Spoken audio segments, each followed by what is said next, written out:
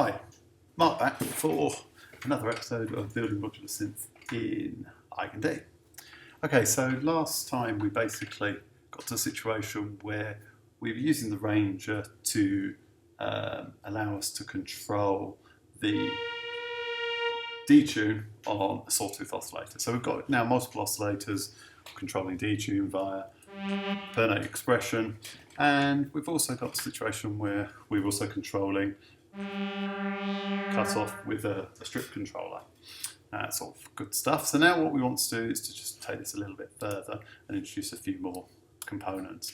So first thing I'm going to do, very simple, is to get a sub-oscillator. And a sub-oscillator quite often is a sine oscillator, so we'll use a sine oscillator. And that's simply, we just need to connect that up to the summer, and as last time we have to put that on a separate channel so it can be mixed in. And then again, same as before, we just simply take the frequency from here and the pressure. And now if we edit the sine oscillator here,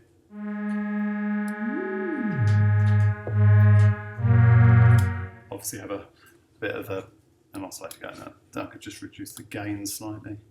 So as you introduce more oscillators, obviously you're increasing the gain. So now, okay, so that's simple enough to do. Just really extension of the other one.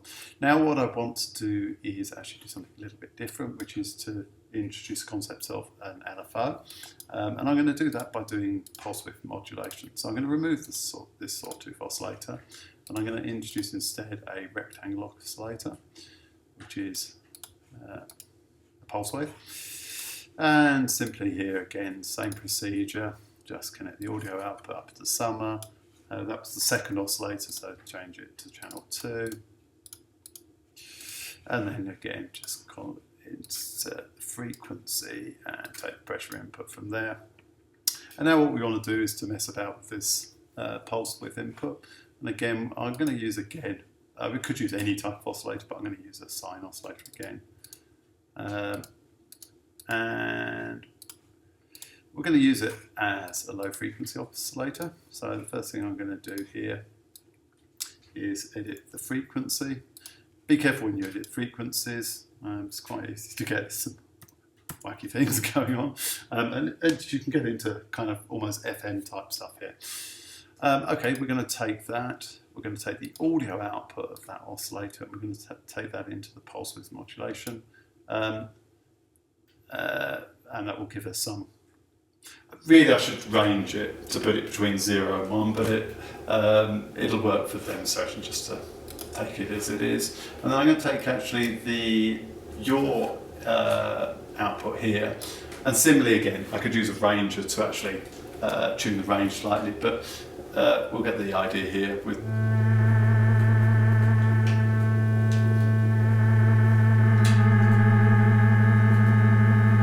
So again, we've still got per key expression.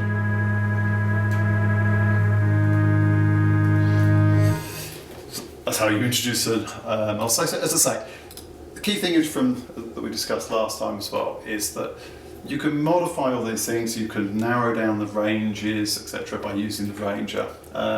So you can then alter what you're going to be doing in terms of how much forward-back movement you do compared to what pulse width modulation that gives you, etc. So that gives us pulse width modulation.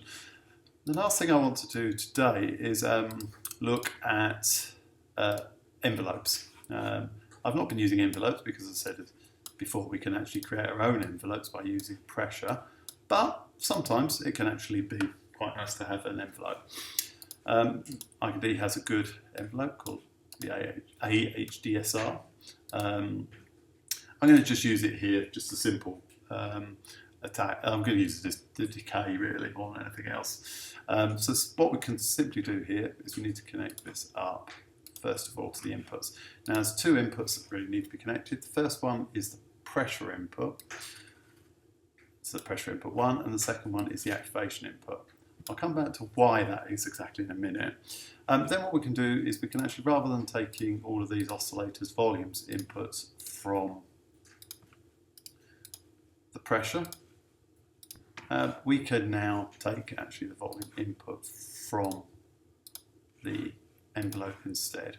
So this creates a pretty classic thing set up.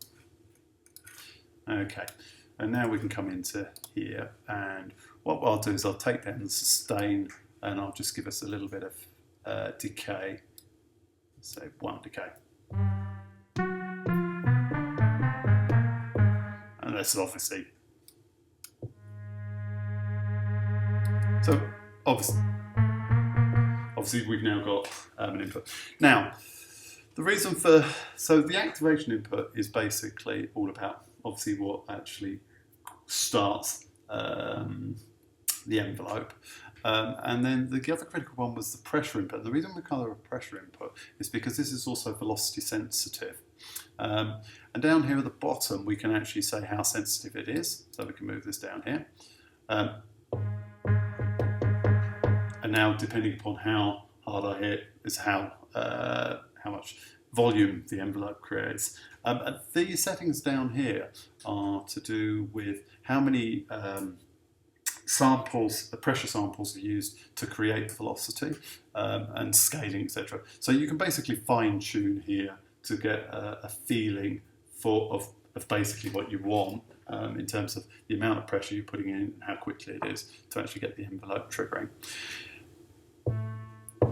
So I could turn that off for a second. Now, obviously what I did here was I connected up all of the envelopes, but this is a modular system. We don't need to connect up every single one of these. We can actually mix and match. So I could actually put these, for example, back to the pressure input. Like so. And now what we've got is we've got just a sub-oscillator giving us a little bit of kick at the beginning of the sound, but then disappearing. And that's the point. You can basically mix and match this stuff as you want. Now, this is where I'm actually going to kind of finish up here. Because what I want to actually now is just talk about a little bit is a few things that we can actually do here. Obviously this envelope says volume, but that actually doesn't need to be used as volume. It's basically generating something that goes 0 to 1. So I can actually use that in combinations with ranges to change all sorts of inputs from anything from detuning, or I can, for example,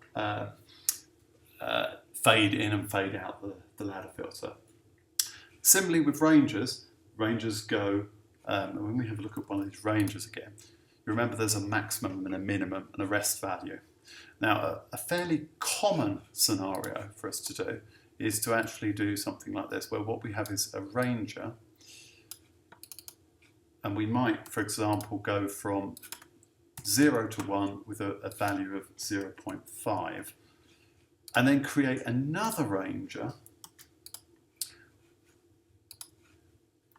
which is exactly the opposite, where the maximum is 0, the minimum is 1, and the rest value is 0.5. Now what this does is this actually create, if I put the same inputs onto here, is I get basically a crossfade. I get the output of one of these is going up as the output of the other one is going down. And that can obviously be very useful for doing things like mixing, either mixing the gain from different oscillators, or for example, if you're taking a filtered input, a filtered output, and you want to mix it in with a non-filtered input, which again you could then link up to an envelope.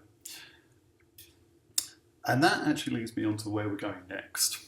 So basically now I've shown you the major components. There are lots of other oscillators. There is another synth filter that actually creates high pass, low pass, band pass filters.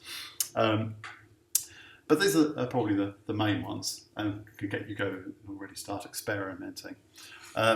Now, what I'm going to save this as 3. I'm going to actually put up these setups actually on the internet if anybody wants for them.